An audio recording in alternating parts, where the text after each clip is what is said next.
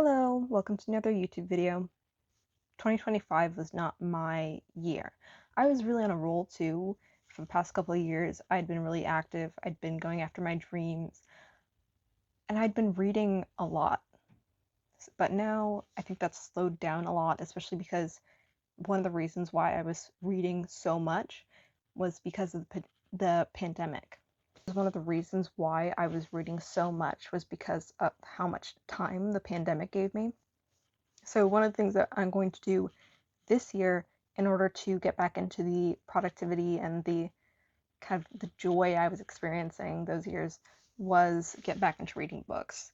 And how I'm going to do that is by starting a book club. So every first of the month, I'll upload a video talking about the book that I read the previous month and what I thought about it, notes I made, things I still think about, questions that I still have, and then I can announce the next book to read for the next month. So my goal for the series is to read more books, especially more nonfiction that gets me to think more deeply about who I am and how that relates to my life.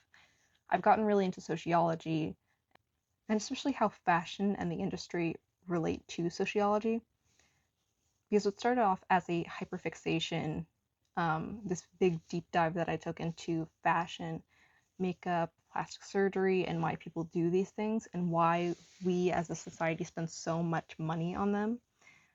These are massive industries that made Bernard Shaw at one point the richest man on earth. He was at one point wealthier than members of OPEC. Like, does it matter that much to people to look good? Yes. How far will people go to get there? They'll go all the way, and that's really interesting to me.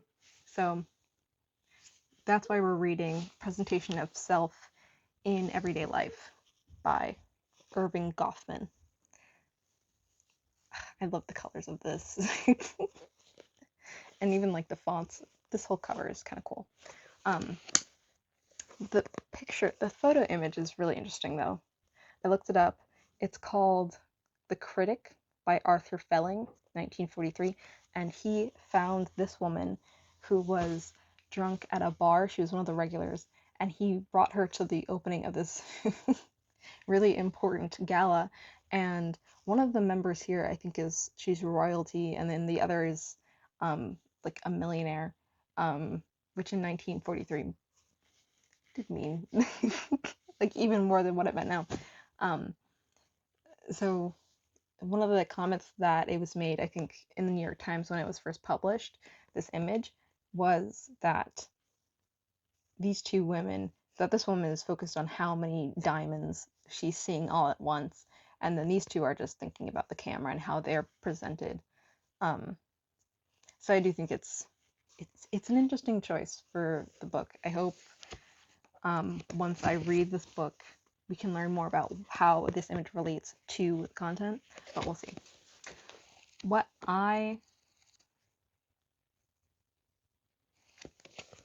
Part of the reason why I decided to choose this book was because we've talked about a lot in 2025 why people buy things, right? There's been a lot of talk of overconsumption and then talk of underconsumption and people throwing out the things that they bought because of the regret that they feel, and how overconsumption and buying things, it's supposed to add to your life. You're supposed to have more when you buy those things, not just in terms of the material, but also in terms of your life, and the quality of your life is supposed to improve when you spend money on it.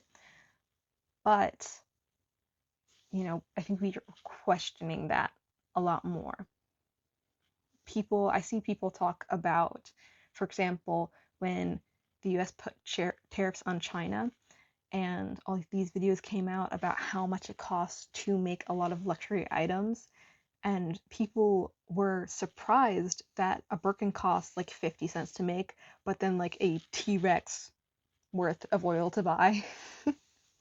Which, I actually did look this up. Someone did the calculations for how much crude oil a dinosaur can produce and what that value would be once the oil is processed, and it would actually take several dead dinosaurs to be able to afford a Birkin.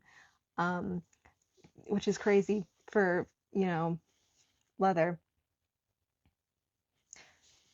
Uh, which is crazy for leather, but what I think people misunderstood was a lot of the people who are buying Birkins, they're not interested in the actual physical product. It's not about the bag. The bag isn't important. What happens is people attach a sentiment to it. And if you don't understand the sentiment to that bag, it's going to seem ridiculous. But when people buy Birkins, you know how much that sentiment is worth to them. To be able to buy those things, to be able to show people how wealthy they are and how well off they are. Yeah, no one's buying Birkins because they think that the Birkin is beautiful. And if they do think that the Birkin is beautiful, it's usually because they've internalized um, this idea that the Birkins like represent something deeper to them, and that's why the Birkins are so beautiful. Um, but even then, I doubt anyone who's actually bought a Birkin isn't somewhat aware that the entire reason why they're paying so much for a bag is just because it shows off your wealth. And that's the purpose of the Birkin. The price is the point. Um, if you really thought that the Birkin was a beautiful bag, you just go to Walmart and buy a Birkin. But they're actually not that pretty, to be honest. I think that the Loewe puzzle bags look better, and I don't even think that the Loewe puzzle bags are even that great either. The Miu Miu top handle bags, pretty, but you could also find like other top handle bags. I'm just saying, this is a long digression. Point is, we often don't realize how much status and keeping up performances matters to us individually, or societally.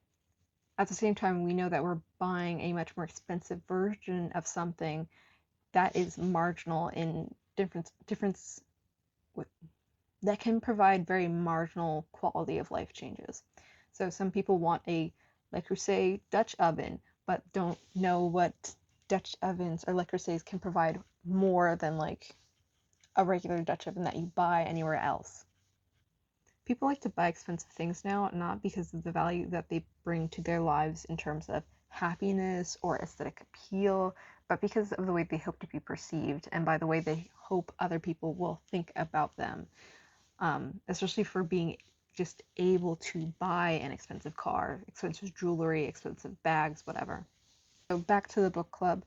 I was going to make the first book for this book club something that I thought people would want to read and have community for, and I am still considering that, but I picked this book because it was something that I wanted to read and something that I thought would make me think more deeply. I feel like ever since I left college, I've been missing reading things that I don't understand and being able to talk about it and learn more and really push my brain. I see people all over the internet nowadays trying to distance themselves from brain rot, from the stagnation that comes from cognitive convenience. It's too easy nowadays to go to Google and have all of your imagination stop when your question is answered in a single search. Google is using AI now. And a lot of people, unfortunately, are using AI even when it's not at the top of their search filters, and they're getting a lot of misinformation about that, but at the same time, they're also not challenging their brain enough. We're experiencing a lot of mental and cognitive decay in a time where we really need to fortify our emotions and our minds. I'm really hoping that I find an audience who wants the same things as I do in terms of sort of pushing myself and learning new things and learning about the world around me and feeding my imagination. There is a huge desire to be offline now, to be analog and to resist doom scrolling. And it's not because the internet doesn't have its own amazing purposes. I mean, you can order groceries online. That is so convenient, especially for people who have difficulty accessing that otherwise. And we have so much information out there. But at the same time, we're also more aware nowadays that not everything needs to be online. And a lot of things actually should be offline. A lot of people like myself have worried that we've sacrificed what we want to be doing in order to avoid emotions that we don't want to have. We sacrifice time that we should be doing, spending time on socializing, which is very helpful, like is very healthy for us. And instead we're spending it trying to speed through life. My rules for the Pretty Young Things are that we never choose the same author. Once we read them, we branch out. It has to be a book that's accessible to other people and still in print or has an ebook, so nothing out of print and probably nothing or not too many university presses, just because those books can be kind of expensive. Most importantly, it has to be a book that enriches our life through the practice of reading it. So books that make you think, books that take time to read, books that change our mind about things. Nothing, no ACOTAR or spicy talk, because all those things have their time and place, and I can get behind people reading pretty much anything. It's really easy to read a book nowadays and walk away being the same person. At least one book a month should not be for reading's sake, reading for reading's sake or entertainment.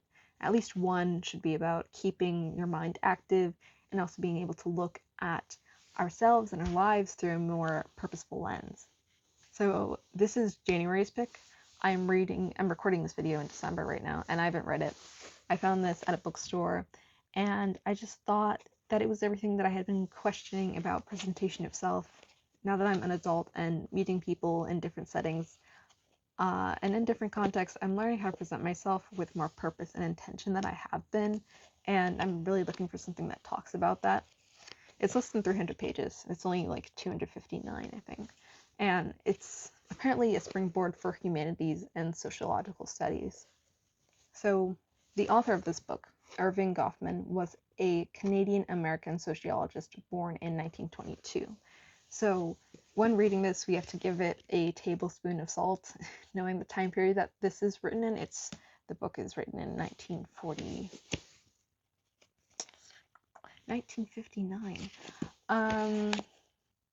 But otherwise, Erving Goffman is considered a modern kind of Prometheus for sociology. He's considered, especially his idea of his theory of the performed self and of dramaturgy has become pretty well known. I remember even in college, that was something that we talked about in especially a political landscape. This was the first book that he published, and it's the one that he's most recognized for. A lot of his theories pull from this book. From what I've seen, he's not only a very well respected and highly admired, he's not only a really well respected sociologist, but he's also very admired by readers. He gets a lot of praise for his writing style, which is very direct, and his very interesting ideas. The Times Higher Education, which is a British magazine for higher education, cited Goffman as the 7th most cited sources in all humanities. All humanities. He took several high positions as the president of the American Sociological Association and co-founded the American Association for the Abolition of Involuntary Mental Hospitalization. That's a mouthful. And won several awards and grants, including a Guggenheim Fellowship. Goffman's theory of dramaturgy is when you speak in reaction to a setting or in the context of a setting, you're performing something like a play. So you are acknowledging what your role is in a situation and then communicating in a way that is relevant so that everyone around understands the situation, right? If you are speaking to your teacher, it's going to be different from how you speak to your parents. If you are in a more formal setting, you're presenting yourself in a different way. And there's also a lot of discussions that he has of front stage and backstage, which is like your externalized appearance and your performance versus who you are behind the curtain and what you're doing when no one's watching. And it goes without saying that social media plays a huge role in performances today. This was written in 1959, where I don't even think that people at the time would have imagined something like social media giving you access to the entire world and the entire world access to you. Performances happen with every single post. People, even when they're trying to act nonchalant, they're performing that nonchalantness. You don't have to be posting anything. You don't have to be showing people any part of your life. You don't have to put yourself out there either to the people who you know or the people that you don't, but everyone is choosing to. And it's because the performance plays into how they want to be perceived by other people. And that doesn't mean it's entirely deceitful. And I think that's the point of his book, is that you're not performing in order to manipulate people. You're just performing because you want to be seen for who you are, and you want to be seen for the things that you want in life and your dreams. But ultimately, you and everyone else around you is still performing at the same time. You're never going to meet someone or you're very likely not going to meet someone who's entirely disaffected by how people think about them. It's, yeah, it's neutral. It's not good or bad. Online reviewers say about this book, I don't know how much this book is right or even how much I agree with it, but I read this for the first time a while back and has given me the tools and language that have profoundly changed how I think and talk about sociality. Reading this, I couldn't help but think about how open our society has become, how much more under surveillance we have become. There aren't nearly as many backstage places where we can set aside our act and relax.